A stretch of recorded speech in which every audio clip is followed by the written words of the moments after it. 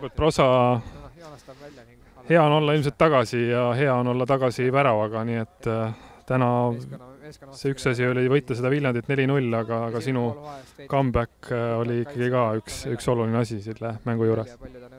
Jah, et mul on väga hea meel, et suutsin vigastust taastuda, et alustasin väravaga, tundsin ennast hästi ja loodan, et aitasin võistkonna. See vigastuspaus venis päris pikaks, et räägi natukene, mis olid need kõige raskemad hetked?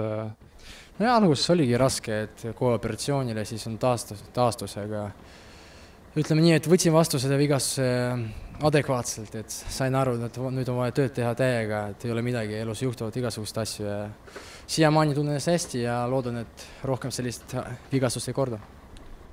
Kuidas sa praegu oma seda füüsilist seisundit vaatad, et loomulikult see ei saa olla veel 100%, et see võtab aega ja ka mänguaega on selleks vaja, aga just füüsilise poole peal? Päris okei, et väga palju töötasin füüsilise kallal, et jooksin ja tegin igasuguseid intervalle, et see aeg, mis ma täna sain, ma tundsin väga hästi ennast, et ma ei tea, kuidas 90 minutist veel, aga ma arvan, et lähiajal vorm kindlasti paraneb ja suudan ka terve mängu.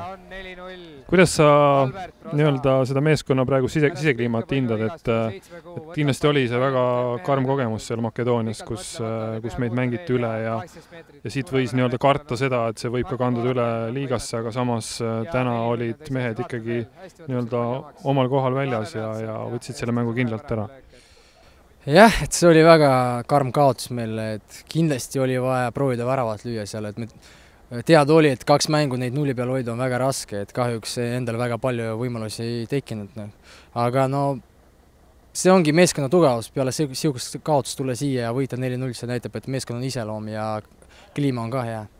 Ja lõpetuseks küsin nüüd seda, et nüüd on meil 18 vooru mängitud, 18 ees, sa kindlasti tahad olla hooaja teises pooles juba oma sõna ka sekka öelda.